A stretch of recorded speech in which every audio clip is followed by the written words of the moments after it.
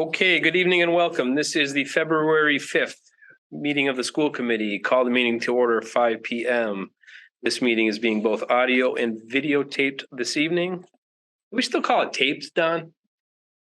Video recorded? They call it taped. It hasn't been taped in 10 years. We're gonna change that next time around, though. We're gonna go recorded next time. Probably 20 years. Well, And yeah, at least a little VHS going on.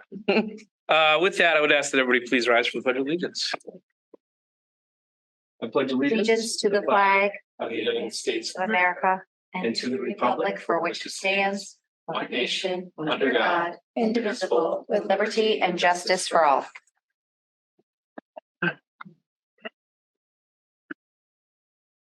Okay, roll call. Sandrine, would you like to start us out?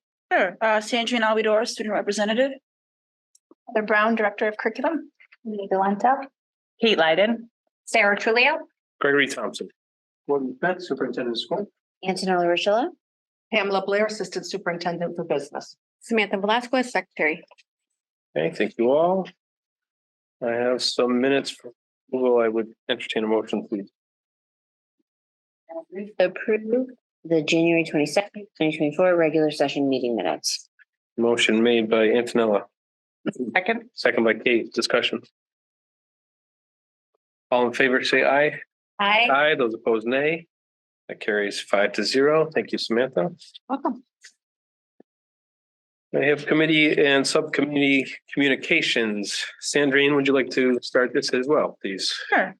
So there's been a few events at East Middle High School and a lot of accolades this week. The drone team won the tournament championship in the Inspire Award in Springfield, Vermont. Both swim teams won their meets against Chicopee Compt, and the boys track team is undefeated in the league, 15-0 for the second time in history. That's fantastic. Cool. Thank you. Amy? Nothing new. I just wanted to share that I'll be meeting with Principal Pearson this coming Wednesday for my first kind of meeting to Great. begin that process with Fantastic. liaisons. And then something going on this weekend?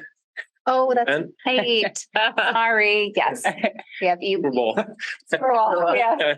E-Leaf is this weekend, and there actually, I think, are still some tickets available. So if people last minute want to go and do that, they can still purchase tickets online, but it is this coming Saturday. Excellent. Great.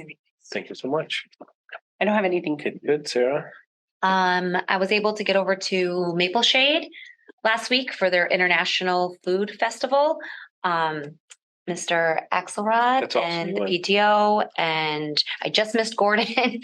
Educators, families, Mr. Martin, they just had incredible food. It was all delicious. And I think they said it best when they said this is really a celebration of community, and food is what brings us together as a community. So what a lovely way to like spend a night. So it was great and definitely ate our way around the world. Gordon Pitt arrived early.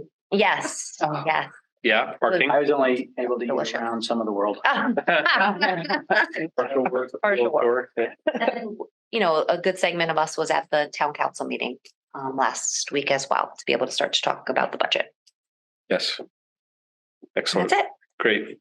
Thank you, Sarah. Antonella. I don't have anything. Okay.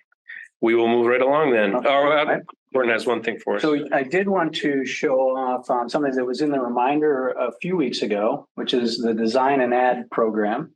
So that Mr. Mackey. I got you. Got it? Okay. And this is a program that actually began on the other side of the river. The reminder did it with West Springfield and Agawam last year. And then this summer, I met with Scott Green, who is the manager for advertising for the reminder. He then also met with the Longmeadow Public Schools and the Hampton Wilbraham Public Schools. And then we all met together. That was in July, and we met again in August. And we all came on board. And so all three school districts participated in this. I believe if you leaf through, and I have a small video that Mr. Mackey put together for us that I'll show. It takes about 2 minutes. We'll show you 31 advertisements that reflect the work of students in ELPS, which is pretty cool. Local businesses.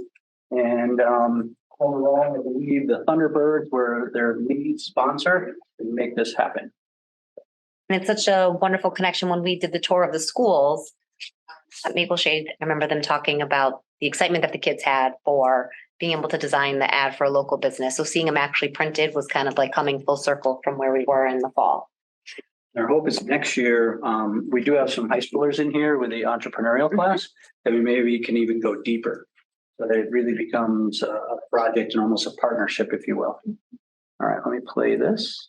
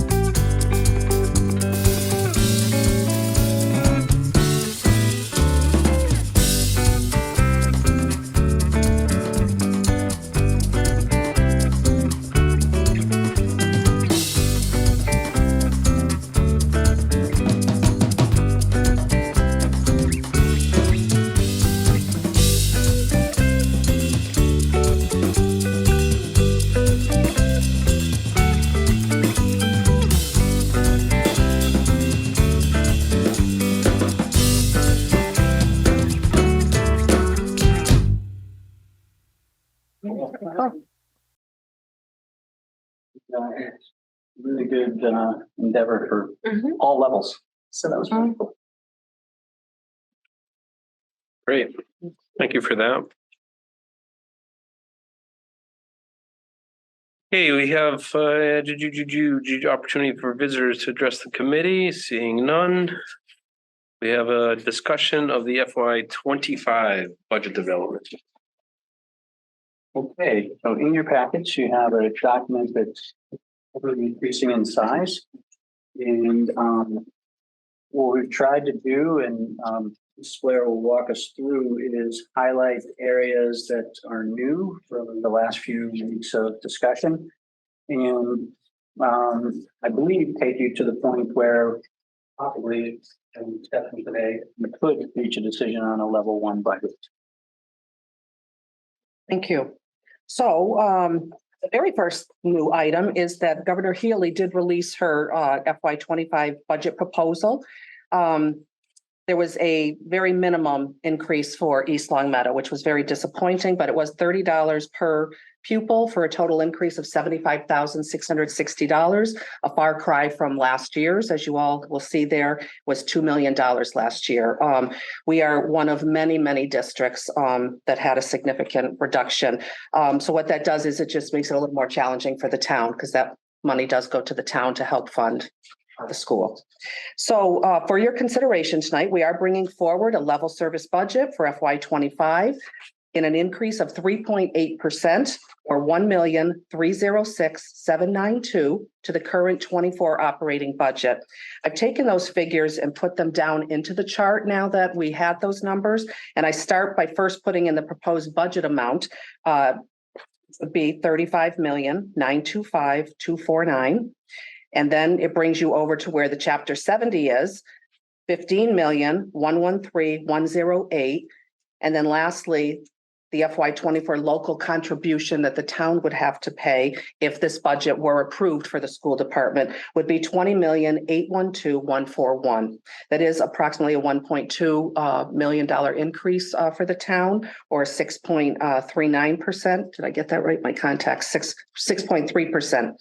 Last year, as you recall, right below that local contribution amount that I just stated, the town did have a reduction of over $700,000 from the prior year because we did have such a large increase in the Chapter 70. So that's page 1. Any questions on any of that? Okay. So if we go right over to page 2 then. I was asked by the school committee to break down our FTEs by funding source. So I've done that for you here. The first column is your operating budget. I tried to list out the different groups here. I think it's pretty straightforward. You'll see under the operating budget, we have 430 employees. Then I listed out your early childhood grant, which has the 0.3, METCO grant, which has 3, Title I grant, which currently has 7.65. That is going to be a reduction next year of approximately $160,000. So we'll be talking about that. ESSER 3, we have 8.7 positions there. And again, that grant is going to end in September. So again, we're going to be talking about that. Tuition revolving account, which is really, I should call it the preschool tuition revolving. That is the only tuition coming in there. And we do have 3 FTEs under that. And then your school lunch revolving account, that is a self-funding account, and approximately 30 employees. Most of those are part-timers in the school lunch, but I did want to show you your real numbers. Any questions on the FTE portion? So, the 25 key areas of change that we've been discussing right along, as I said, Title I grant has a potential reduction of $160,000 next year. And ESSER 3 grant ends in September. So we do need to talk about those FTEs. What we are recommending down the bottom of the page is to move 4 of the Title I paraprofessionals and a 0.3 of the Title I teacher to the preschool tuition revolving account. Move 2 Title I paraprofessionals to the FY25 IDEA grant. And lastly, move a 0.7 early childhood coordinator from ESSER 3 grant to the preschool tuition revolving account. This will have no impact on the operating budget. And what I did try to show you right above there is where we're at with the tuition revolving account right now. So the up at the top there, that's this current year. I am anticipating that we will end with an approximate balance of $277,000, which rolls over into the next year. And I'm also projecting, and this could increase as well. It could decrease as well, but I am anticipating it will probably increase the projected revenue at $125,000. And then you take away the expenditures there of those FTEs. And I'm guessing that we will be at $127,000 at the end of next year. So at that point, we would have to have additional conversations about which route do we want to go for FY26. Possibly we could fund a few positions. We might have to bring maybe 1 or 2 into the operating budget, but that gives us some time to at least keep these positions. I do want to bring to your attention that ESSER 3 permanent building subs and paraprofessional positions will not be funded in the proposed FY25 operating budget the way I have presented it here. I just want to be very clear on that. Any questions on anything there? Well, there's probably some discussion maybe that you want to have. Does that leave 1.3 in Title I, 1.3 FTE? Yes, because the grant is, I think this year it's about $303,000. So $160,000 is a significant amount, but we still are able to fund, which is why there's only a portion that I need to roll, move elsewhere. Okay. So do you want me to just keep going and then we talk about it? Understood? Mhm. Yeah. Okay, so then page 3. We talked a lot about this at the last meeting, proposed change to an existing staff, and that is the special ed adaptive PE teacher. It is currently an employee at will agreement, which is paid under the operating budget, and it is a benefit eligible position. We are requesting, our recommendation is to transition this adaptive PE teacher into the Unit A. There would be no change to the operating budget. Any questions on that? Would that leave 15 at will That's correct. So the FTE operating budget? Yes, the FTE, well, it's not going to change the bottom. It's still going to be 430, but it would be one additional for unit A and one less for employment at will. So unit A goes to 260, That's correct. AW goes to 50. If you were to vote yes and approve that, that's absolutely what would happen. So again, there's no change to your FTEs at the bottom for operating budget. And Pam, I think I asked it before, but is that column reflected in Munis in terms of with our level one budget in terms of where? There's no FTEs in there. It's just No. an amount for our line items, which we have approximately 680 different line items because it's all broken out by school, by DOE code. So there are no FTEs there Okay. listed. So underneath that proposed change to that existing staff member are the new staff requests that we have spoken about, and we wanted to bring them back with a little more information for you. There are 2.5 FTEs, which do total $160,500. They are, the first one was a district-wide ELL 0.5 teacher. Estimated to be $37,500. Second one is a Meadowbrook custodian. That's full-time, approximately $48,000. And then lastly, a Meadowbrook adjustment counselor, a 1 FTE, and that would have to be a little bit higher just because of the position at $75,000. Overall, if you were to vote to bring these forward, just so that you know, it would bring that request from a 3.8 to a 4.2 request to the town. I also have broken each one out individually, just so if you want to know that. The ELL teacher, that would bring us to a 3.88% increase. If we voted just for the custodian, that brings us to a 3.91% increase. And the Meadowbrook adjustment counselor, just that position would bring us to 4% increase. We do feel these are all needed positions. And again, this is information we receive from our schools, sitting with the principals, and we always want to bring forward the story of what is needed. So none of these have been added to the operating budget that I proposed. It would all be increases. What would it bring it to if we had all All of three? them, Yeah, 4.2. It would, the total increase would be 1,467,292. 1,467,292. Sorry, I wrote it funny on my page. Which is a 4.2% to our existing budget, which is 34,618,457. Geez, I hope I got that number right. Mm. I believe that's it. 57, yeah, you're right. Right? Okay.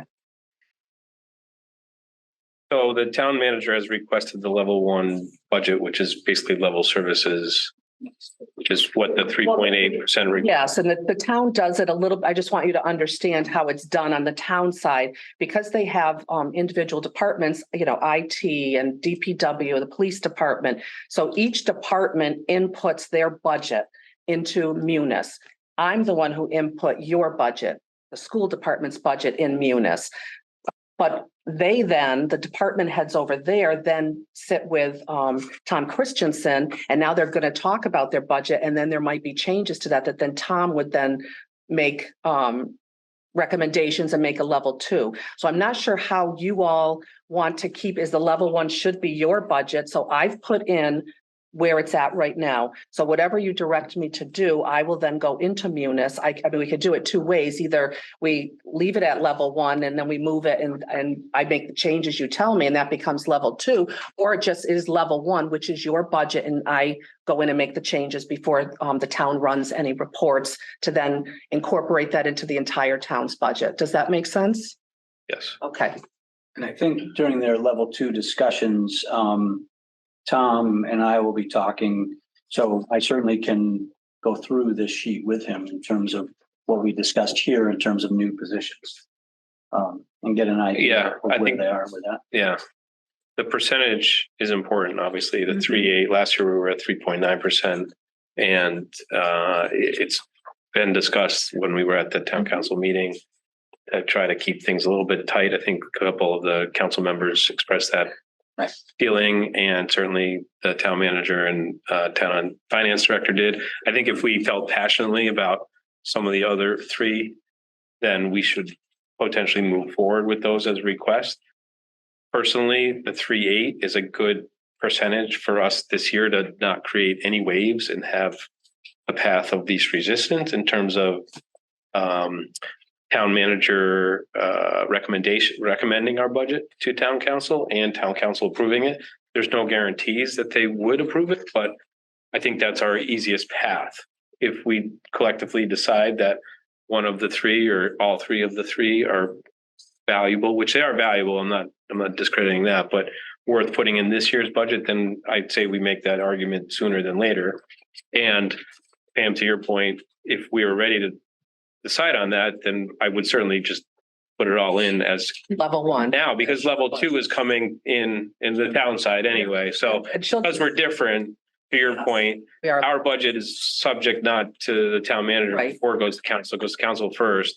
However, it's important that we receive the recommendation of the town council, the Mhm. town manager. And the way we do that is try to stick to where that's the request has been. So and then meetings between Gordon and Tom so that he can better understand the challenges that the school has and as, you know, the committee and what we're bringing forward. So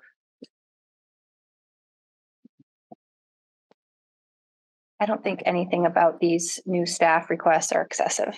I think they're all necessary. I think we heard from the principals. I think that if I had my kind of vote in it all, I would say, let's put it all in. Let's just go for it. They were so clearly outlined. I mean, they were Mrs. Lodi talking about the issues that have occurred because of the overcrowding at the school and how another janitor, another custodian is so necessary. I mean, that to me is just what's been put on the custodian there. I don't feel right about not supporting this. we do have other options to address that portion of it. Well, the way we've been addressing it now is we've been using our subs a few hours a week, but using ESSER money to Esser has been, handle it. Yeah. That's not, The only way you would do that, you would eat into your sub account quite a bit. Do we exhaust the sub account? Right now it's on ESSER. Right, well, the sub account in an annual basis. I only put like $2,000. Yeah. Yeah, for the sub custodian at each school. It's not excessive. It's not like the teacher sub account or paraprofessional sub account. Okay.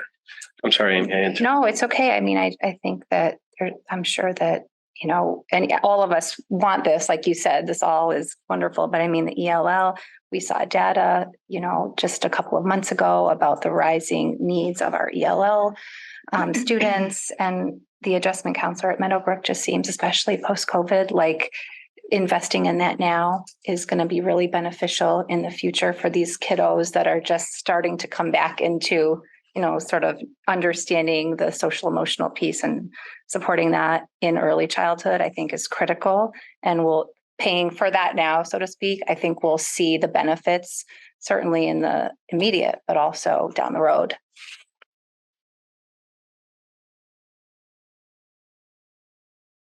I think with the adjustment counselor, I was worried about losing good staff that we have if they're completely burned out. I think we talked about that a little bit, and that made me nervous because you're losing people who've been dedicated to the district and know the children and know the families and working hard. So that was just one thing that really stuck out in my head about the importance of the adjustment counselor. And then, sorry, separately, the building subs is different. Permanent building Subs is different than the sub. So that would go away. The permanent building sub would go away, but we still have funding for. So, yes, so you're exactly right. Yes. Okay. But let me explain it more. Over the course of the time that we've had ESSER grants, we introduced building permanent subs. So this was 2 years ago, when it was really challenging to get anyone to do daily sub work. Yeah. So we were able to, for each building, at one point, offer 2 or even 3, if they needed it, building permanent subs. Last year, we scaled back by just having 5 building permanent subs on ESSER. However, we were also able to take 5 that were on ESSER and move them to our substitute account line items. Okay. And we have not exhausted our substitute account line items right now for the buildings, while each building has in the operational budget a substitute, permanent building substitute. What they won't have is now 2 next year. Okay, I see. So they'll have 1. And hopefully daily subs. Yeah. Thank you. That we can call.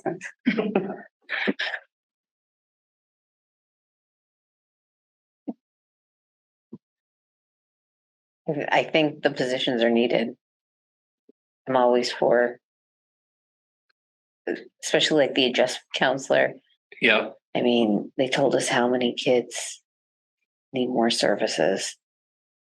And then the L teacher says right there, they're no longer able to meet the state recommended hours of the ESL instruction. So what do we do with that if we don't? contracted services. So we're Good gonna- try, yeah. Do our best to get someone in here who you pay at a. Yeah. Yeah, you'll pay because there'll be demand. I'm going to talk about breakfast in the classroom again too, or breakfast if it's not in the classroom, after the bell, before the bell. I'm thinking about that custodian with all those little kids, and it's Good point. it's tough. It's tough. Especially French toast 6 days. Extra. Teachers are gonna. Yeah. I think your point Panic. is so important about the teachers' well-being as well. I mean, You have they- maple syrup and milk in the classroom. You're going to hear Right. from the teachers, which is okay, and it's something that people get used to. But I think that for support, or outside of in the cafeteria, whether you choose to do it. But I think that there's a lot of little pieces to it Yeah. that pop up, and time on learning and Oh, everything. absolutely. And Just we with don't want to burn breakfast. our teachers out with any of this. I mean, the more we support our kiddos, the more we're supporting our teachers and round. And I think it's positive for everybody. And I know it might be a tough pill, a little bit because it does increase. And I completely understand that. And I respect that that's a large amount of money. I do think that it's completely necessary.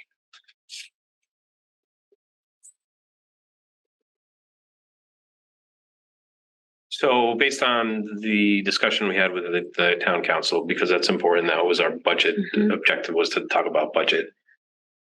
I would like to land close to what we think would be acceptable by the council, because in the end, they get to decide. Do we think that an additional 2.5 FTEs are palatable in terms of approval if we go after all of them? Not the way they were Yeah, I don't. talking. Right. I'd like to be close to where they will approve it, right? Maybe we have to make a case for some part of it, but they're all valuable, right? Yeah. We all agree on that. It's just Do you take we have to out? play the dance, because collectively they'll all have to make the decision, but in the end, the council will. And I think if we go with 2.5 FTEs, I'm just reminding you, the council will tell you your bottom line, and then this body here decides on what exactly. right, but our bottom line will directly reflect the 3.8% or the 4.2. And that's directly correlated to the number of positions we have, including the new FTE. So, Okay. yeah, I know what you're saying, but we wouldn't supplant other FTEs Right. for these FTEs. So the total count will still be there. Can I ask a question? Is it okay to respectfully ask for these things and just be open, obviously, to the idea that they're not going to respond favorably? I mean, because like Antonella said, how do you choose? Like, how do you say not this one in this list? It's not excessive. It's pretty reasonable. Is it possible to do that? I mean, we can do anything. So the way they laid it out was the level 1 would be the level services. So that would be the 3A. And we'd be clear about the adaptive PE teacher. We could, in the level 2, request the additional 0.4 or the 2.5 FTEs. We could do that. That's written up in the summary that Gordon will write to the. But in the end, what ends up happening is they'll try to tell us what's important, right? And they can't really, but they will. They'll say, all right, we're willing to fund this or not, or they're only willing to fund level. And so I think, go ahead, Sarah. And I was gonna say, of the 3, I think we have workarounds for 2. I don't think there's a reasonable workaround for the adjustment counselor. We're going to prioritize. I know it's not an easy thing to do, but there's a way to work around the custodian. We have some available funding that we could continue what we're doing in terms of using subs. It's not ideal, but it worked this year. And we could do contracted services, again, not ideal Yeah. for the ELL. Those are the two that I've heard viable solutions for. Whereas there's not really a viable solution for the adjustment.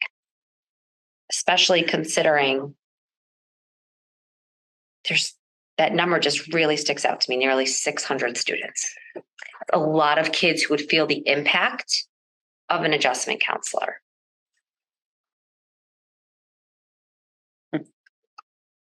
Yeah. I don't know. Yeah. We're gonna go for something because it is a really delicate dance and there's a lot going on in terms of own finances and high school and So looking at one additional, they would take a little more seriously. I mean, if we were to go in and be lean, I think what I'm hearing is that we could figure it out. It wouldn't be perfect, but we could figure out the first two. The third one being the adjustment counselor, I don't know how we figure that out. I really don't. Because you're not going to get the same type of relationship building or the same level of impact through contracted services or through River Valley. I mean, they're great, but their caseload they're not there every day, all day. Whereas a full-time adjustment counselor. It's actually our adjustment counselors who refer To River Valley. Yeah. And then we don't then pull their adjustment counselor. The counselor still stays with the child. So in terms of River Valley, could we look to potentially contract less because of this adjustment counselor? It's basically, we make referrals to them depending on, Right, so it's how we different. stabilize. Yeah. It's So I mean, the different. adjustment counselor comes in and might be, you may have fewer referrals. Right. But I can't guarantee that. Okay. Yeah. Okay. And Heather makes a good point. That's insurance pays for that, Right. yeah. Yeah. I think it's just as important though for our English language learners to have that full time, or not full time that we're proposing here, but as Sarah just mentioned, the consistency of having an individual as opposed to contracted services. I think it's just as important for our ELL students to have that. Do you say you were planning on speaking with the town manager? Mhm. Will that occur before our next meeting? Do you know? Okay. The reason why I say is potentially what we could do is just approve the level 1 today, the 3.8, and have further discussions on potentially the additional 1, the additional 1.5, or the additional 2.5. I think there's still time for that discussion. Next meeting, so that Yeah. okay. But then we can get some input in terms of Yeah. where a town manager would And be we're- comfortable giving we may be recommendation. having meetings with the departments, town departments, so you may have a better idea of where. Yeah. And I think he would, Budget because the level 2s are due soon, Mhm. so I think he will. Mhm. And the percentage will be the driving factor. And so we have the data now. Okay. So in terms of getting the recommendation, I think that would be helpful in how what guides us through next meeting. So Yeah.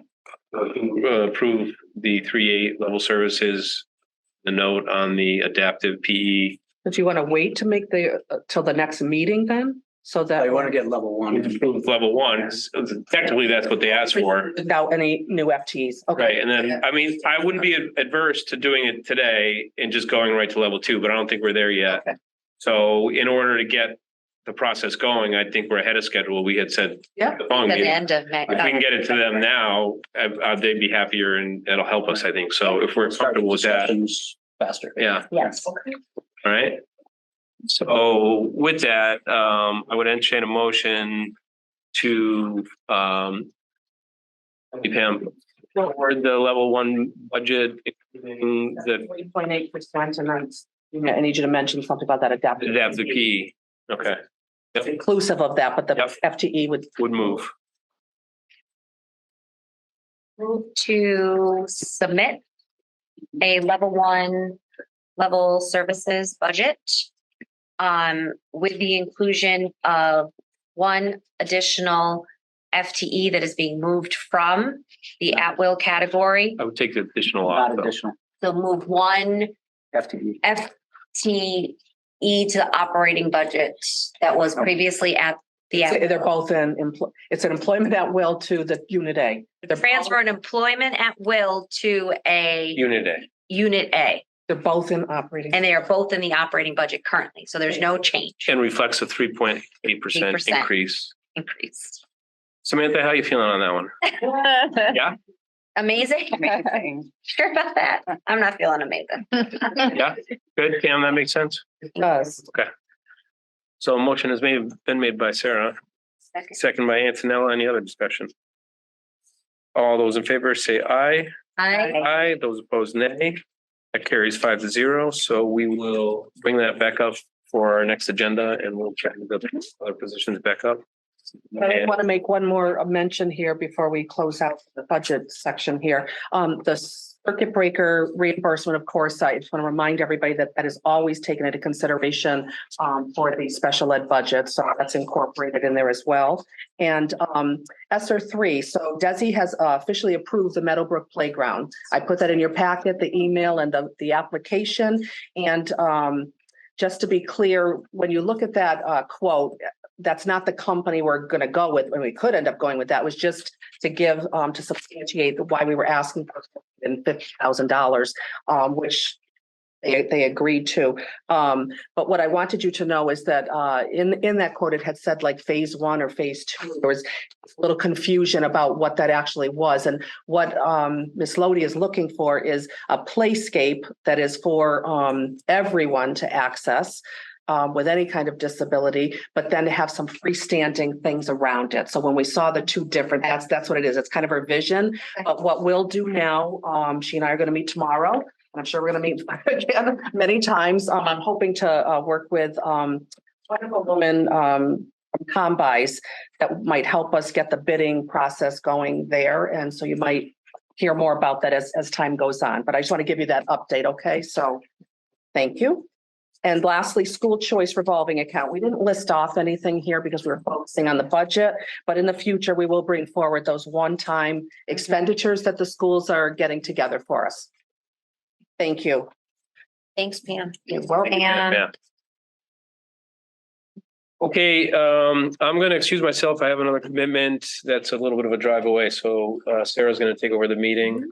Thank you all for your discussion so far and have a good rest of your meeting. Thank you. See you all at evening. Yes, Yeah. what do you need? Thank you. Good night, Brian. Thanks, man. Good night. All right, so moving forward, we're gonna take a peek at some winter data. Gordon and Heather. Okay, so we have our winter status report, very similar to what we did in the fall. So we'll give you a look at not only the district SMART goals, but also where we are currently with district data as much as we can sort of pull out the aggregate. And then what that will do is set up the school's presentations that will take place at the next meeting. And then they can basically, for no other better way to put it, I guess, build on the story that they set back in the fall. If that makes sense. Okay. So one of the things we updated was in the fall, the DESI website still had 22-23 enrollment and breakdown. This gives you a look at our current enrollment and how we break down amongst the 5 schools.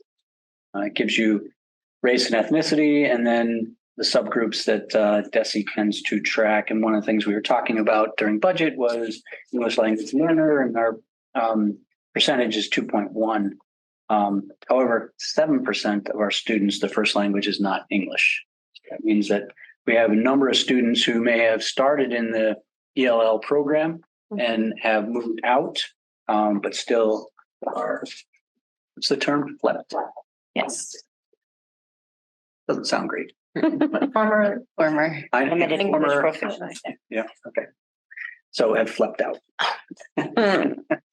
But it also gives you students with disabilities, 21.5%, our high needs, which is always a confusing one because it pulls in students with disabilities, low income, and ELL students all into one group, and that's 41.2%, and then our low income at 26.6%.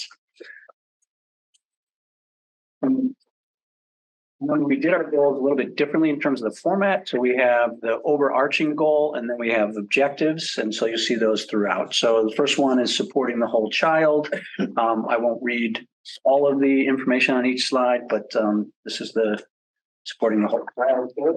In our objectives here, we're looking at obviously making sure that our students physically and mentally, emotionally are healthy and ready to learn. That's the key here.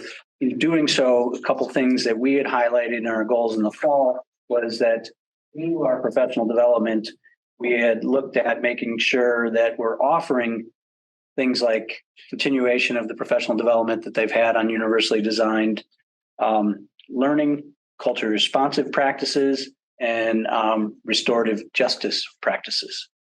And I believe in tracking the last 2 professional development days, Ms. Brown, did we make 80% in a day? 80% of Unit A, I'm well above 80% of Unit A attended at least one workshop on universal design or on responsive practices. And the way the responsive practices was framed by the person who did the last workshops on responsive practices also did our keynote, and he works for Novak Consultants and framed it as, when you look at removing barriers, sometimes there's other barriers beyond disabilities. It could also just be about how kids feel in the classroom. And he talked about the neuroscience. So it resonated really well with the teachers. No, it's really cool is that he's an East Long Meadow resident. Yes. Rico Chardon, who works for Novak Education, which Ms. Brown just said, and was originally from Boston. Has migrated here to the western part of the state. Yes. The better part of the state. Other areas as we look to achieve this objective, that we'll be talking about this more throughout the slides. We're focusing in on chronic absenteeism and attendance because obviously you need to be here in order to do some of the things we hope you do in achieving your utmost potential in your learning. We're hoping that we're seeing that overall drop by 3%. The DESE targets are interesting because they target each school, but they don't give you necessarily a target for the entire district. You have to just determine the average. And then also looking at our policies and how we go about just making sure that we're a welcoming and inclusive environment throughout all 5 schools in the district. So this is coming from both DESE and using PowerSchool and Panorama. One of the things I will preface is that we're still working with PowerSchool, and I've been back and forth with Rob Curtin at DESE because I'm not sure that PowerSchool is pulling things correctly, especially as you start to deal with meeting attendance versus daily attendance, which the high school does. So my hope is that as we correct this, because I think meeting attendance has, at least the early part of our reporting, superseded daily attendance. If we designated X period as the designated period for state reporting, and then the student arrives in the next period, tardy, very much so, but still present, which would obviously reduce that. So you see that in the first column where it says DESE chronic absenteeism rate, that was what was reported in the fall. So that's what came back in our accountability stats.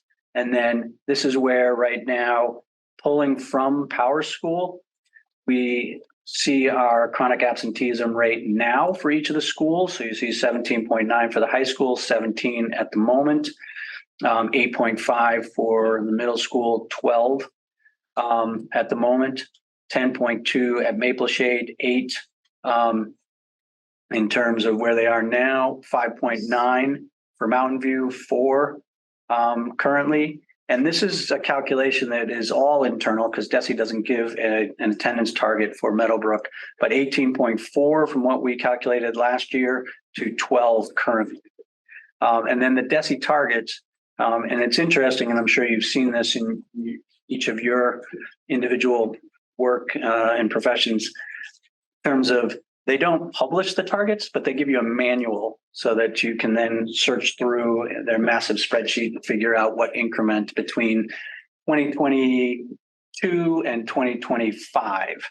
And so we've been searching through, and hopefully we've calculated that correctly in terms of where the target is for 2024. Questions on that?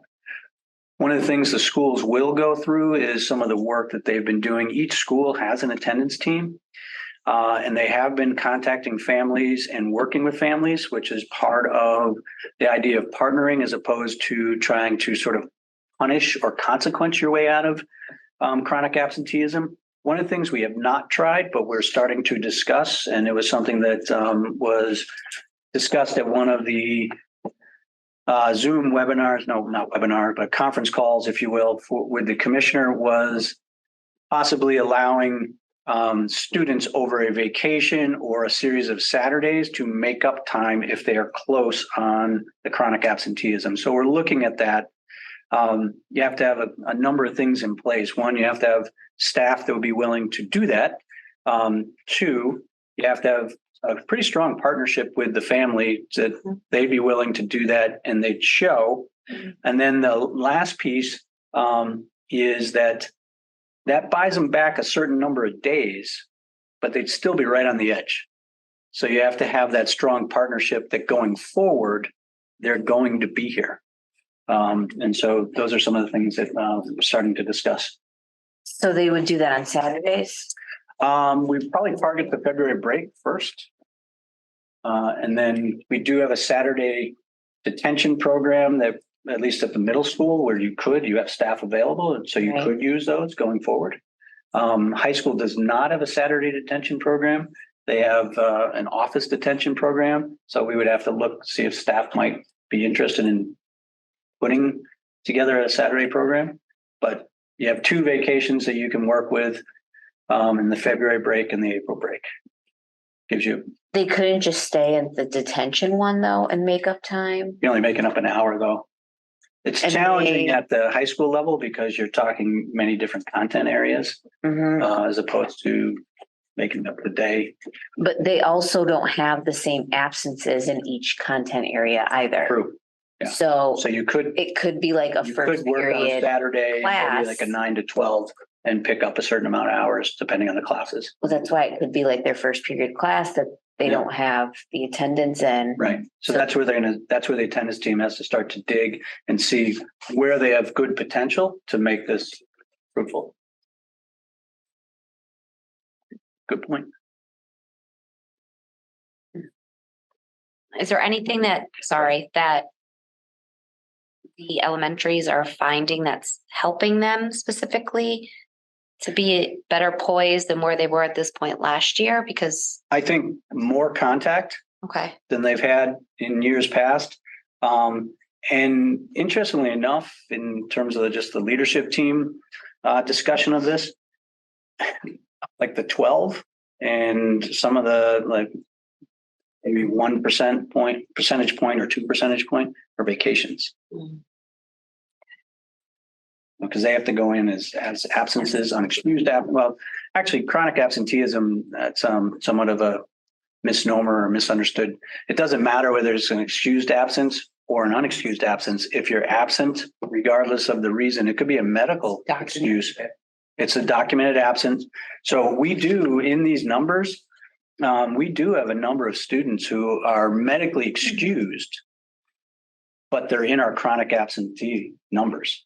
And that was a question I asked Rob Curtin, and he said, "Oh, we still have to count them." And I said, "So we're offering tutoring. You know, we have the doctors know we're putting in as a medically excused absence, and it's still within our stats."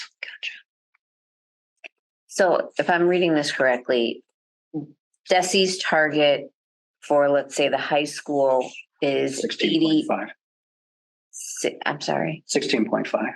but they want us to have like an 83% attendance, correct? Yeah. Okay. Which I feel like isn't that high. No, they're going off. Your baseline was set in 22. Okay. So whatever our chronic absenteeism rate was in 2022, that's where they started it. And then they're setting their targets off of that each year. So they're not, I think it was a 1.5 or a 2 point something target reduction. Each year we have to go down a certain amount of points, All right. which is why we had initially said 3 percentage points, because we knew we'd be ahead of the targets. This is not necessarily about daily attendance of the whole school, right? This is the percentage of kiddos who have missed 10% or more of school. I don't have the stats in front of me. Daily attendance. Daily attendance, the percentages were averaging around high 94 point something or 95 for most of the schools. Then obviously within the whole child, we have our MTSS team working, looking, you'll see some of the survey information, and we're doing that a number of times throughout the year.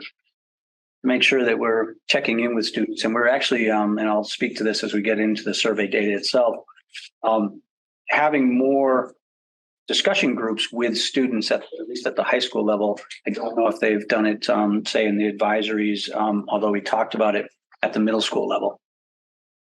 Just to start to break down what the survey is saying and how students are feeling about it. And I think, and if they're taking it seriously. yeah, there's, and the connection to again, when we were talking about feeling safe and feeling like you belong, that's part of why you want to be at school or not be at school. So it's an important data for us to kind of break down.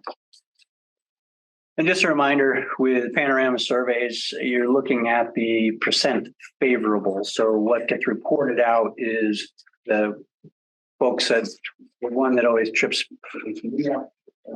other people up is that when they talk about negative feelings and they give you a percentage, that's actually the people that reported that they are not experiencing negative feelings.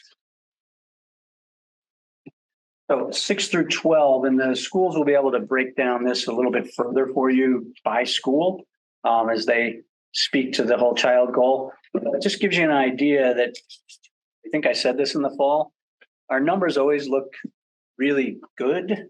As we start the school year, everybody's upbeat, attitudes, both staff and students are awesome, and everybody's feeling good about the school year. Then as you get into the school year, you go through the fall and then come through the holiday break and are back into January, things have happened. There have been some conflicts, and so you're starting to see numbers drop. Not incredibly, but drop. Our supportive relationships stayed the same, but school safety, which does have questions as you start to break that down around bullying, whether you've been bullied, whether you've witnessed bullying, and certainly witnessing bullying actually went up quite a bit. And so that's where we're seeing some of these percentages start to slide a little bit. And you see that actually as you go down, whether it be positive feelings, so that's 65% experiencing positive feelings on a regular basis, challenging feelings, 62% reporting that they are not experiencing challenging feelings. However, we had more in the fall saying that they didn't experience on a daily basis or a regular basis challenging feelings. Engagement I broke out for you because this got a lot of discussion as we started to break this down at the leadership team level. And so we're also taking that and we're starting to discuss that with students just to see how they answer this question. Because as you start to break it out, so one of the questions we ask is, how often, and this is at the high school level, how often are you focused and engaged in the activities taking place in your classes? So the percentage that's reported out is just when people answer almost always or frequently. However, sometimes, I think from a perspective of most people, is still a positive answer.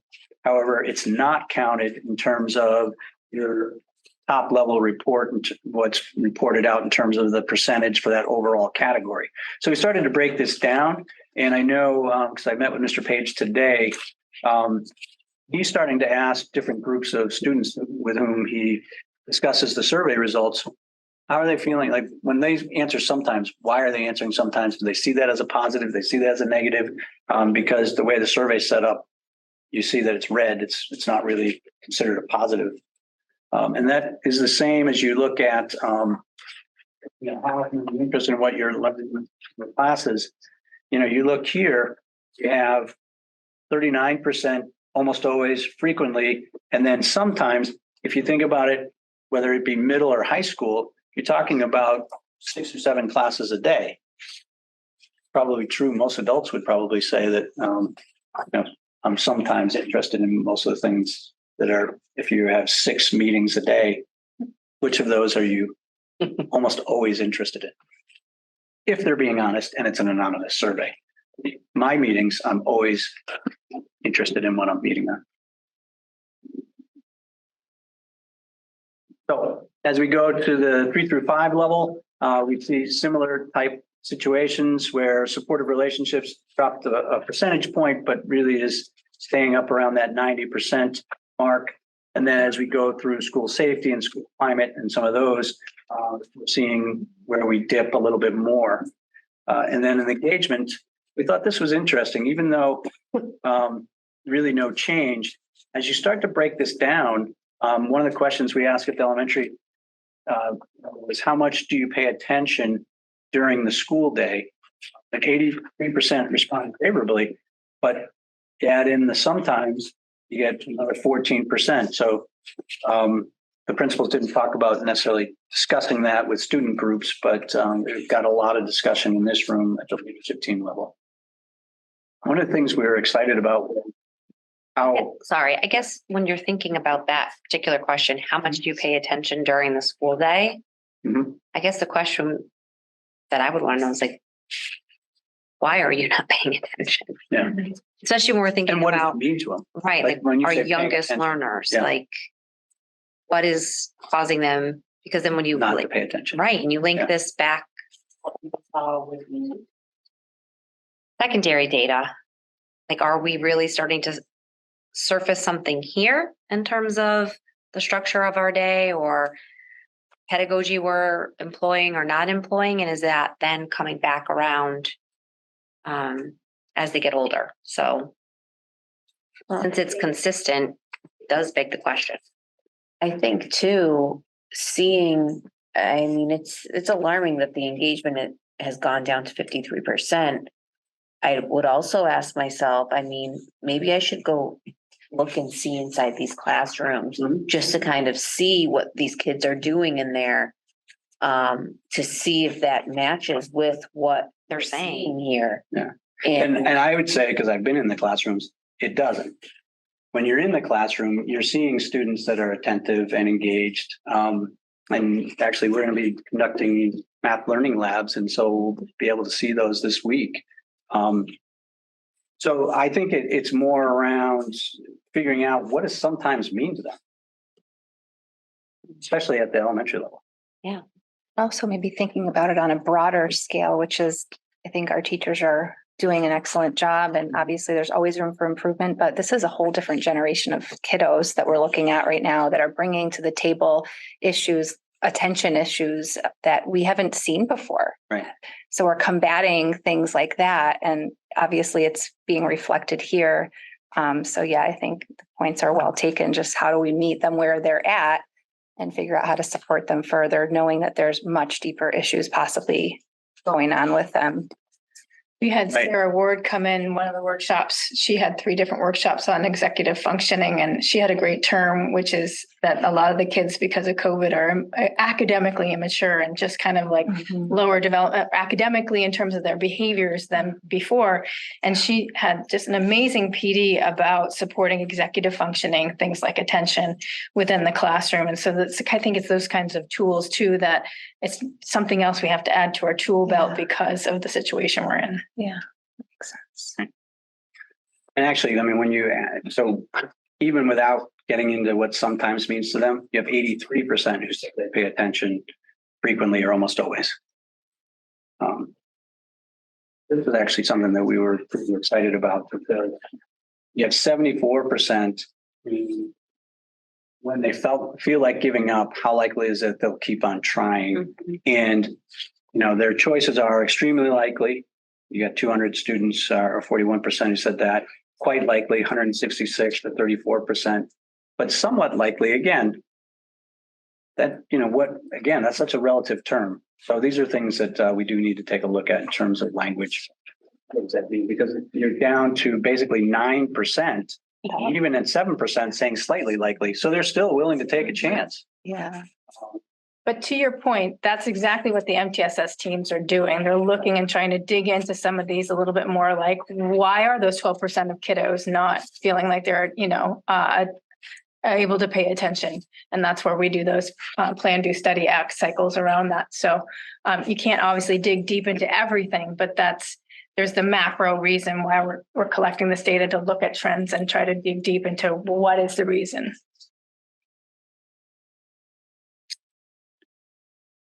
And then interestingly enough, as you go to the youngest level where teachers are responding, although you're not seeing changes in emotional regulation and social awareness, you are seeing, at least from the perspective of the teachers, greater classroom efforts, greater engagement, self-management increased, as well as social perspective taking.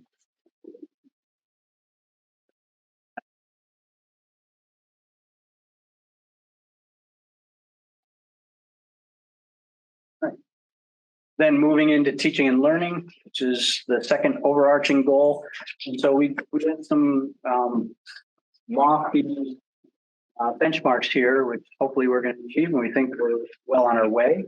We're not there yet. So that as we're looking at things like iReady and we're looking at how students are growing, we're hoping that 75% of our students across the grade levels are going to reach their typical growth, and that 30% will reach their stretch growth.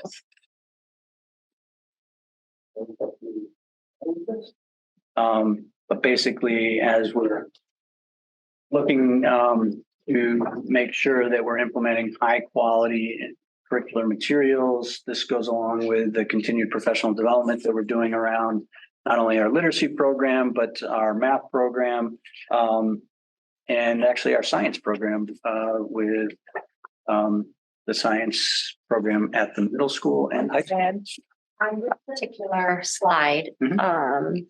the second bullet and the third bullet, is that something that when the leadership team comes to see us in 2 weeks, that they would be able to provide more like a concrete analysis of? So how many learning walks has each one of the principals conducted? We can tell you actually how many. We've done with them, but I think you're talking about internally. Yeah, like just where they are with done on that our own. and like what they're finding. And then being able to Yeah, think I mean, about the third bullet, what professional development offerings have educators at each one of their buildings taken advantage of? Because I think that's a lot, like at the district level, but as the principal of, one of the 5 schools, being able to say, we are focusing on X or Y, and I see the alignment between the offerings that the district has had for PD and what my teachers have taken, and connecting that back to the data that they're potentially seeing or the area of growth they still need to focus on. Okay. Thanks. And then making sure that our students are engaged and prepared for success. This is something that, again, through professional development and different things that we're doing with lesson planning, we're hoping to see that come up, and that's something you'll see through the surveys. PSS teams we talked about, we are giving those additional screeners that we talked about. I don't know if you want to mention. So with the DESE literacy guidelines, the dyslexia guidelines, there's additional literacy screeners that we've been using. And in addition to using those to determine whether students need interventions or not, it's also been something particularly at Mount Meadowbrook of how to use that data with those screeners to do interventions within our own classes. And Tracy Merrick, the literacy coach there, did some PD on that at the PD day, but continues to work with teachers on, we have this high quality instructional materials that it's a lot of whole group, but we can also use this data to differentiate within the classroom and really provide those internal interventions based on what kids are struggling with. So, as people learn the new materials, it's just another learning curve to learn how to do that. But she's doing a great job really supporting teachers, and teachers are doing a great job kind of thinking about things in different ways because it is a big shift. Right. So This is now, it's not the fall. Apologize, we missed that in terms of the assessment. So this is winter data. Which we did catch on this slide. Yeah, that's just the overall slide that shows you the different colors. Everyone knows by now. So you can see in the reading diagnostic, this is the aggregate grades 1 through 8, that we're starting to get that move from right to left, with more of our students ending up in the green, more in the yellow, and reducing the red, which is the overall goal. This slide breaks down a little bit more around typical growth and stretch growth. Walk us through that. But in some cases, as you go down the different rows, it's getting closer to those benchmarks that we set. So this is the baseline placement report, and basically based on where they fell in the fall, it shows that cohort how much they've grown. So you can see that the 3 or more grade levels below, 56% of those kiddos have met their typical growth, which is great. We want them to meet their stretch growth. And so we've got about 19% of those kids who have hit that stretch growth, with our goal being 35 for this year. It is great to see that some of our neediest kids are definitely closer to meeting those typical growths and those stretch growth goals. And it's also interesting when we look at the math growth versus this, this is year 2 for our new literacy curriculum, K-5. And so as teachers are becoming more adept and feeling more comfortable with these materials, we're definitely seeing some outcomes already, which is exciting. Questions about that before we move into? Well, I would just continue to be curious about that 1 grade level below. That's the highest number of students that falls in that category. So kids who came into their current grade level, 1 grade level below, not necessarily performing where we would expect, and then Where they're landing. So just really dig into that placement level, because that kind of speaks to what's happening in core instruction and tightening up those blocks, because most of them probably aren't receiving intervention or tiered instruction, because that's the bulk. Right. They're in the yellow. In the yellow. Yep. Are we missing a lot of kids from taking the test? Like 516 out of 578, 316 out of 370. So you have to add up everything, the 357, 370, 578, 197, and 161. So it's grades 1 through 8. I don't know if I understand. But I think what Antonella is saying is that when you look at, for instance, mid or above grade level, of the 357 students who placed at mid I see. grade level, 311 out of 357. compared to the other roughly 40. So this might also count for, and what Mr. Smith's about to talk about, that we did have 9th grade tests in the beginning of the year, and then they switched. So some of that might be that too, but I'd have to dig a little bit deeper to see. But that would make sense actually, because it's about 200 kids. Yep. Those missing. I'm like, there's kind of a lot of kids. Yeah. It'll be Just cleaner. sorry, if you go back one. When you think about like progress towards their stretch growth, like when you look at the mid or above grade level, so those are the kids that are coming in telling us they are ready for grade level instruction. And we look at progress towards annual typical growth, which is maintaining where they are. Yep. If the median's 27%, that means half of that 311 is faring better, and the other half is not meeting 27%, or the 27% towards their typical growth. So those are the ones who came poised and ready. Right. And They should keep going. right. Okay. So as Ms. Brown was saying, the high school started, this was a first for them, using iReady. But the difference between K through 8 iReady and the high school levels is that you have the personalized learning to follow up with the iReady. at the earlier grade levels. Doesn't, So what they were doing, what's that? it doesn't exist for high school yet. Doesn't exist for high school. So what they were doing was they were taking the results from the fall and trying to utilize IXL in terms of providing some of those interventions and some of the personalized learning. As they were doing that, they had at least 2 staff members ask, would it make sense, since IXL has a diagnostic, to utilize that diagnostic and use the whole system? So starting in October, we had 1 English teacher and 1 math teacher put all their classes on IXL, and they started to pilot it and started to learn more about it. And we've gotten almost everybody through the IXL diagnostic currently, and we'll have that data. Mr. Page will actually have that data for you when they come to present.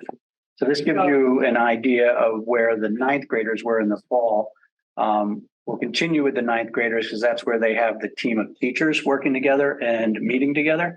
But our goal is to build 9th and 10th next year using both the IXL diagnostic 3 times a year as the other schools are.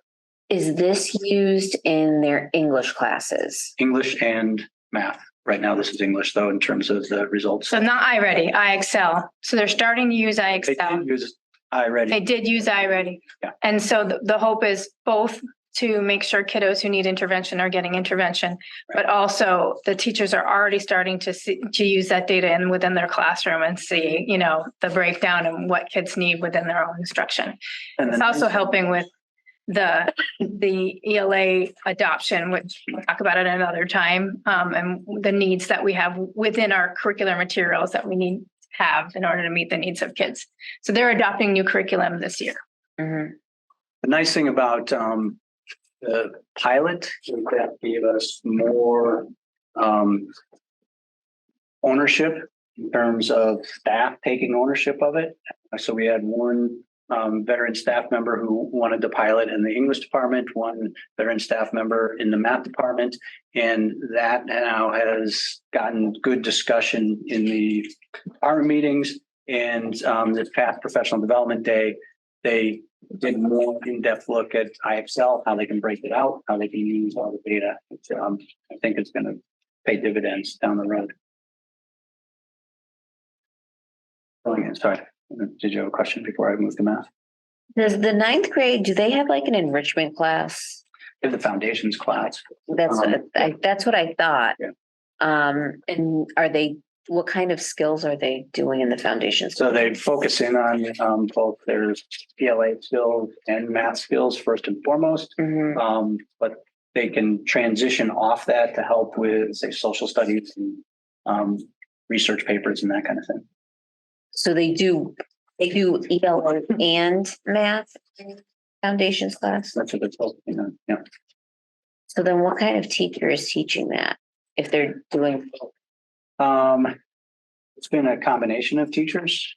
I'm like, Oh, excuse me. I was just gonna say, I think it's targeted, actually. I don't know if that's true, but I know my daughter's actually in a foundations class and she needs a little bit more support in math as opposed to her reading language arts. And so she's actually with her math teacher. Yeah, For that they've block. definitely changed it this So- year to make it more targeted. I think that would be a They great do. question to ask Frank on the 26th, is just to explain a little bit more how the foundations class has evolved and how they're using this data for that class. Seems like okay, And I believe it's, based on my own Yeah. personal experience with it. So once okay. they've completed a semester, they can move out, but others can move in. Which is something that they were looking to gain last year and have built in this year. So every 9th grader doesn't have it? Correct. Every 9th grader does not have a foundations course. Okay, However, you could start your 10th grade year with a foundations course. And we talked about just, I don't know if that answered your question, Anthony, because you were asking about enrichment and that's not enrichment. That's more of a support. well, I was just Support. thinking like, I'm sure that this takes up a good amount of ELA time, so I wasn't sure if there was room in like an enrichment class or something like that to work on this, on iReady stuff, especially if they're looking at the data and if they're targeting specific things. Right. I mean, this I This is thought, where they'd have to do it. yes, I mean, it could be a place that they do it. Yeah. So that it's not taking up ELA time or math time, especially because they don't have all the same needs. Right. As the data showing, so. Yep. That was all. Good question. Moving into math, I don't know if I was doing this one or you're doing it. Yeah, go ahead. Similar to the ELA, you see on this slide that we're starting to see that move from right to left, which is what we're hoping for. We're still seeing 15% down here in the red, but that's where obviously most of our intervention work is focused. And then, as you can see here, the percentage of kiddos who are, this is the annual stretch growth is not as high as the reading.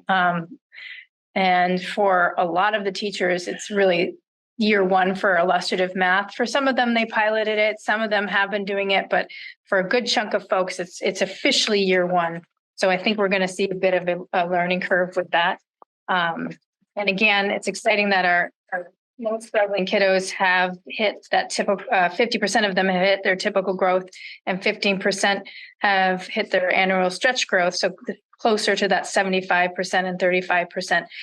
But to your point, we want to see that across the board in all levels, especially that one grade below. So the principals will be able to break this down for their own class, their own schools, and talk you through more about what's happening in their schools. I was gonna ask when the principals come, is that something that they'll be able to do in terms of at least a glimpse at the projected proficiency for their buildings for the winter? We haven't run that for them, but we can. Yeah. Yeah. I mean, that it only exists for basically Maple Shade and Mountain View. Oh, no, and 6 to 8. 6 to Yeah. 8. So they would be able to do 3 to 8 would be able to show some form of projected proficiency for MCAS based on this most recent diagnostic.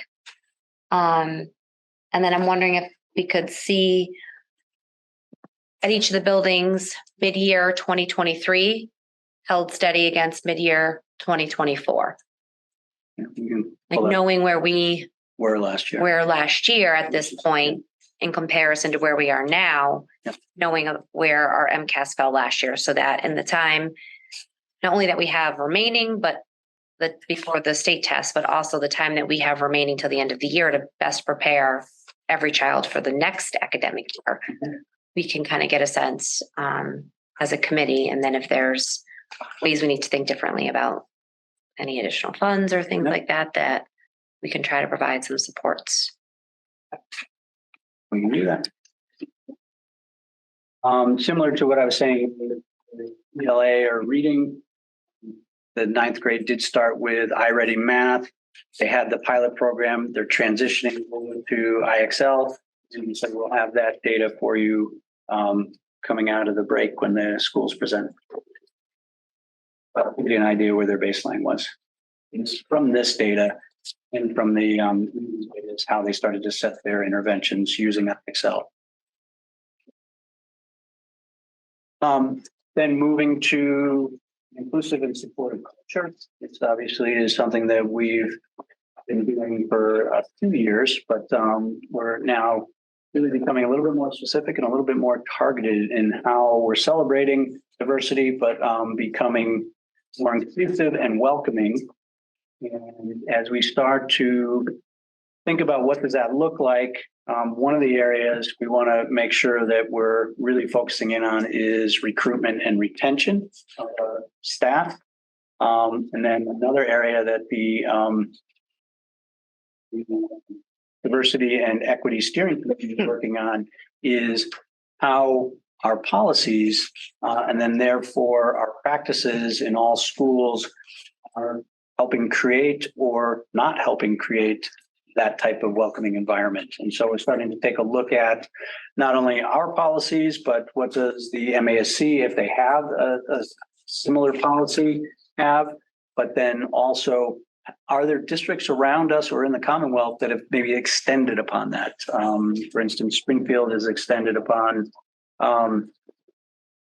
how they're welcoming and basically protecting and making sure that all students, they're students who may be transitioning, there's students who may be dealing with different situations, how they're feeling. Are they feeling comfortable, safe? Are they feeling as though they both?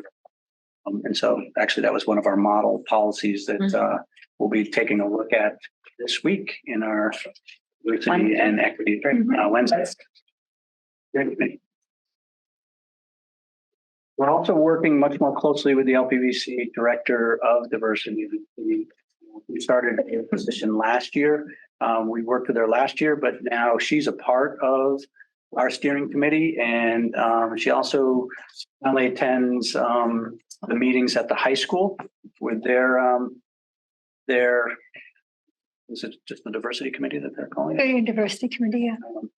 And I don't know that she's attending at the middle school yet, but the middle school has a bar as well.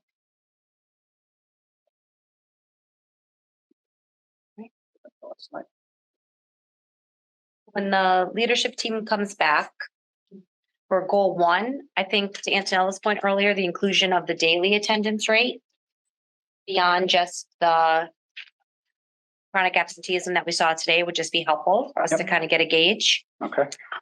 And then for goal 2, asking them to give us a more concrete picture of the professional development opportunities that their teachers have taken advantage of. For instance, like just looking at how the math data isn't necessarily progressing at the rate that the ELA is. Mm-hmm. How are they starting to integrate some of the things Yes. they're learning in PD? Yep. And who's taking it? Yeah, and I can also provide that too in terms of the overall training, because there's a lot of training that happens outside of those full day PD days. We do a lot of release days and things. And so I'm putting together something that's a little more user friendly for folks to see just the amount of PD that people have had that is curriculum based. Right. So, and rather than ask them to break it all down, since I have all those numbers, I'm happy to provide. Okay. And then We by can also building. bring it to leadership team. Yeah. Okay. Yeah, so. And then taking a look at the learning walks that have occurred. Yeah. And then in terms of iReady, thinking about projected proficiency in grades 3 to 8. And then a comparison between mid-year 2023 to mid-year 2024. Mid-year in terms of achievement, not growth. Both is great. Okay. I mean, I think you can That's fine. I just that want one to clarify. snapshot where it's got like the stretch and the typical with the bar graphs at the bottom and then the distribution of placement at the top by the schools. Yep. I think that's that one. It can all appear on there in terms of progress towards growth. iReady is not a very user friendly when it comes to creating things across years. No, you have to snip them. Yep, but we'll snip them. Thank you. So, yep. All right, we'll work on that. Heather, I had a question about the PD day. So all teachers in the district, they either attended the universally designed or culturally responsive. So one of them. So the way it works is that we provide, like I said earlier, a lot of the curricular based PD happens on release days for a couple of reasons. You know, it guarantees when we take them out of their classes, we get subs. Oh, okay. So it guarantees everyone's going to be there. Yep. And it eliminates choice. So it's curriculum based, and this is what you're doing. On the PD days, there's more choice because it's just for adult motivation, right? And everything's connected to those initiatives. But because, you know, you're always going to have people who can't attend those PD days. Personally, I feel like the curriculum PD should happen when we know everyone's going to be there. And that's what I'm going to outline for you. So on those other PD days, there's always curricular based ones. Like, for example, Mike Flynn came to do an introduction to the second part of building thinking classrooms. And his whole thing, because they had their math labs before, and they just kind of got an introduction of what building thinking classroom would look like. This time it was about consolidating learning. So then when we go into the math labs, they'll all have that opportunity. If they didn't go to his thing on Wednesday on consolidating learning, they'll still have the experience of learning how to consolidate learning. Mm-hmm. But then a lot of the other things, like we've been pushing universal design for learning. We have all of these amazing tools to help with that. Google Read and Write, Learning Ally. And there's just not enough time to provide professional development on that for everybody. So we've had a lot of people signing up for that. So, and the nice thing about the choice is if you learn about it and you're like, this is cool, I'm going to come back and tell everybody else about it. So it's kind of like planting seeds. There's something about trauma-informed classroom, executive functioning, all the different UDL tools, digging deeper into iReady, digging deeper into the illustrative math platform. So there was a lot of different choices, and because we can't guarantee that everyone's going to go, it's much more of that pollination model. And then for those ones where everybody needs to learn how to use Reveal math curriculum, that's a release day. And that's the information I'll give to you. Does that help? So when it says UDL or culture responsive, it could be a variety of different ones. You provide a variety so that some people at some point are going to take something that's going to help them with universal design. And in this case, people have done multiple workshops. It's helpful.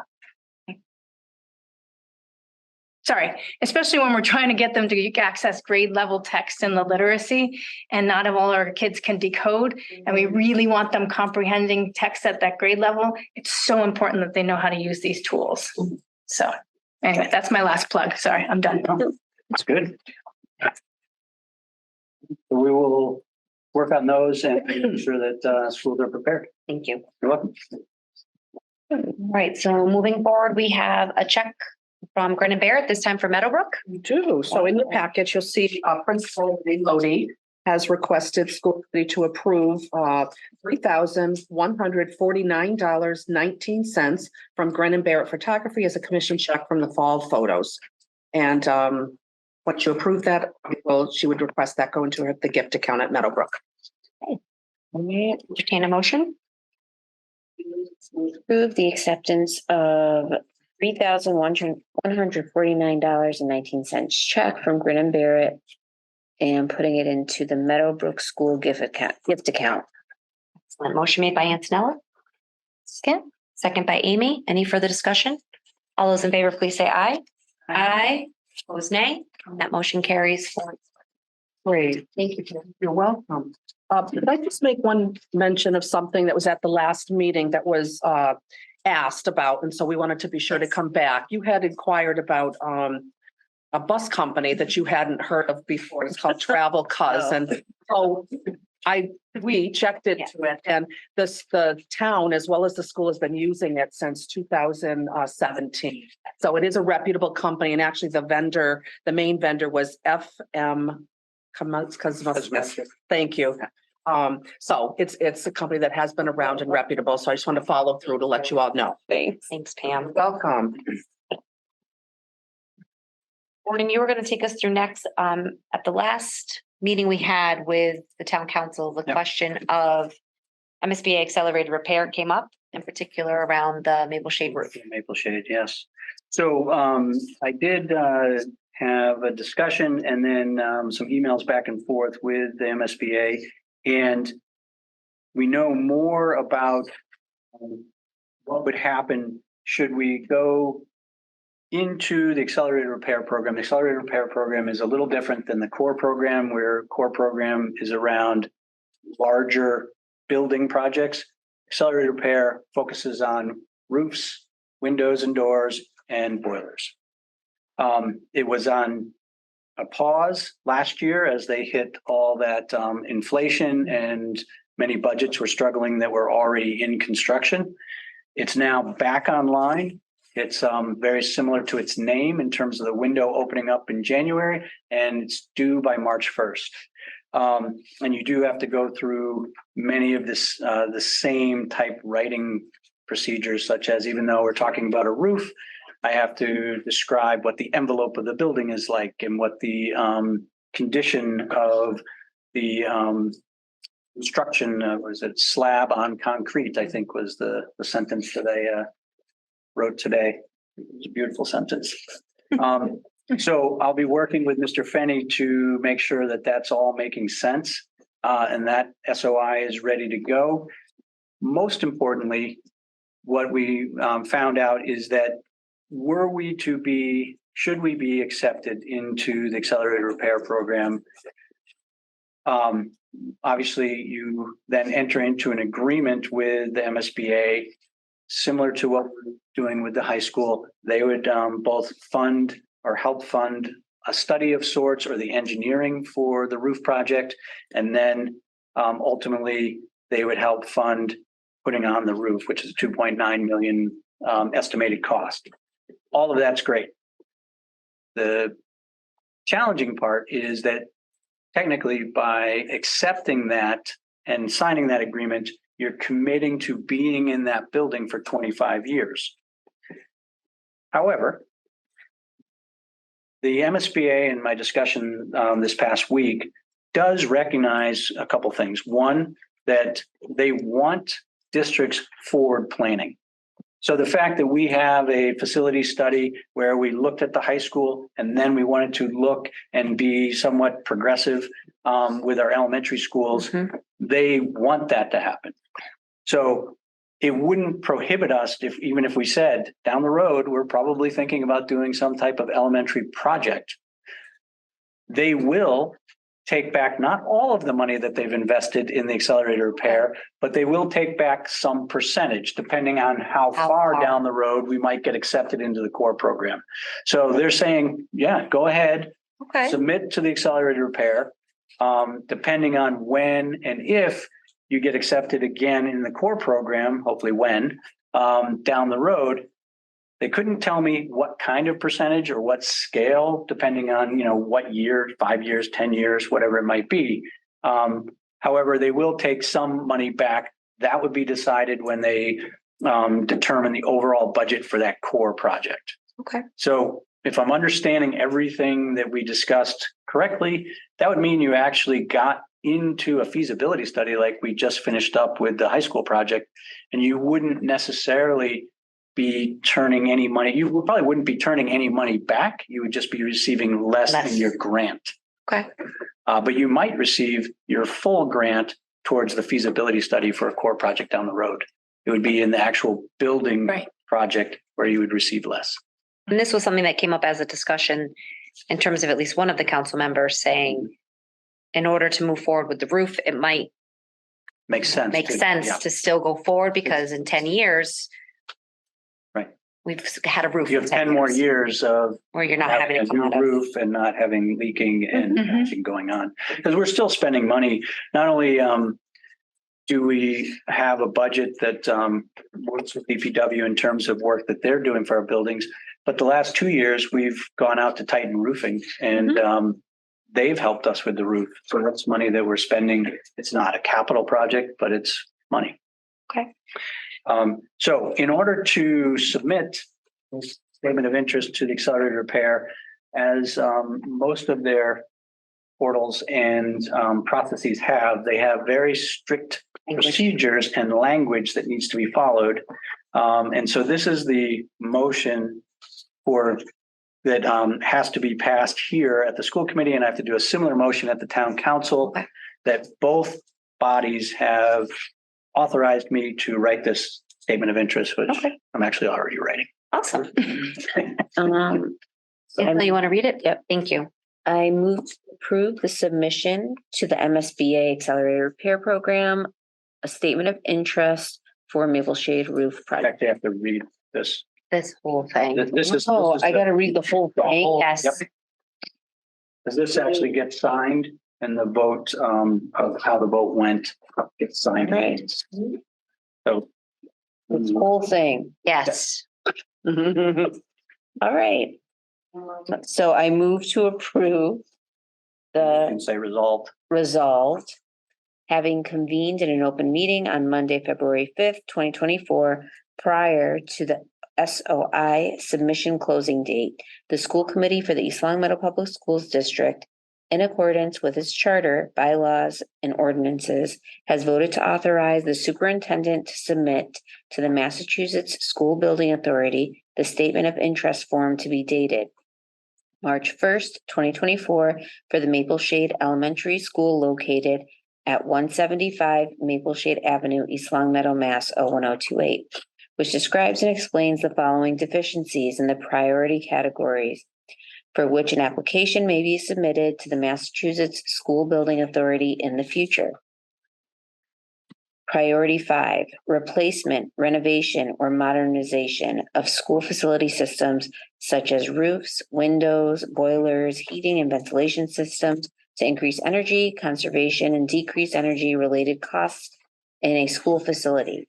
And hereby further specifically acknowledges that by submitting this statement of interest form, the Massachusetts School Building Authority in no way guarantees the acceptance or the approval of an application, the awarding of a grant, or any other funding commitment from the Massachusetts School Building Authority, or commits the East Long Meadow Public School District to filing an application for funding with the Massachusetts School Building Authority.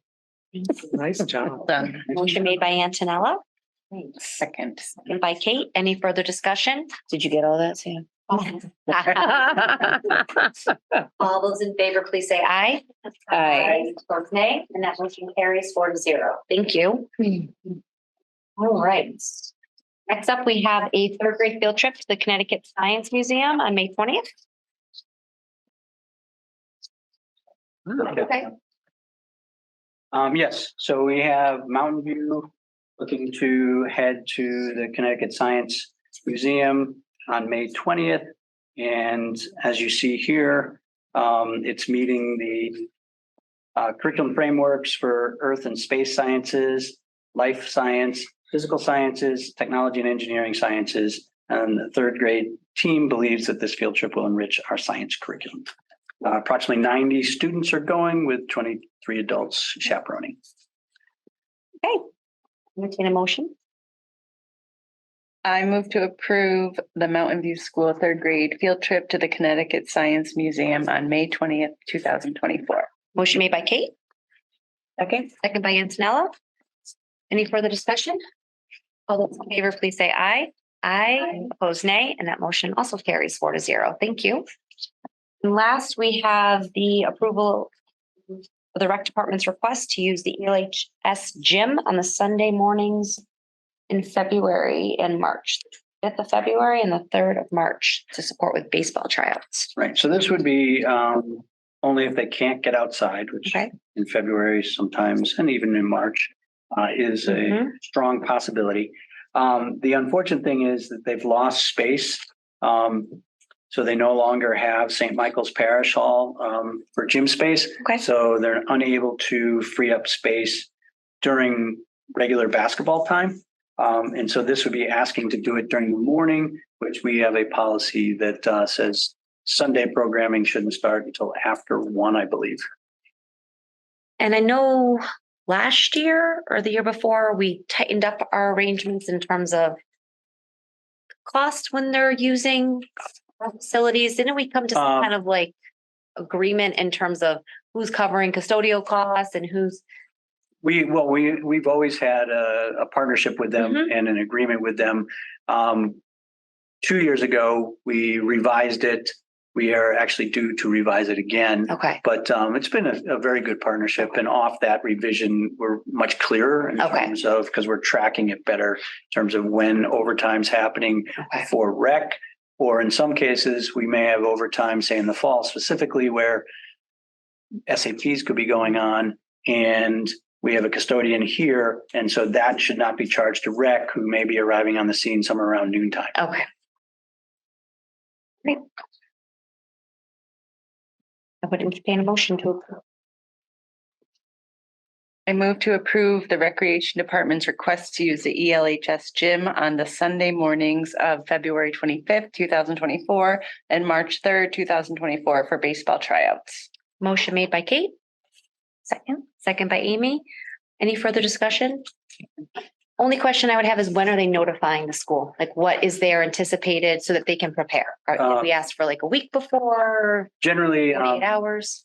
the rec department will work directly with Kevin. Okay. So he'll make sure that the coaches know what's going on and Okay. All right. As long as they have a kind of communication. They'll give us a heads up. And we set up the Schedule. time schedule. I know. All right. All those in favor, please say aye. Aye. Opposed, nay. That motion also carries 4-0. Don, thank you, Sandrine. Thanks, Heather, for staying. Sam. And with that, I will entertain a motion to adjourn. Motion made by Antonella. Second by Kate. Any further discussion? All those in favor, please say aye. Aye, opposed nay. Motion carries 4-0. Ready? No. Thank you.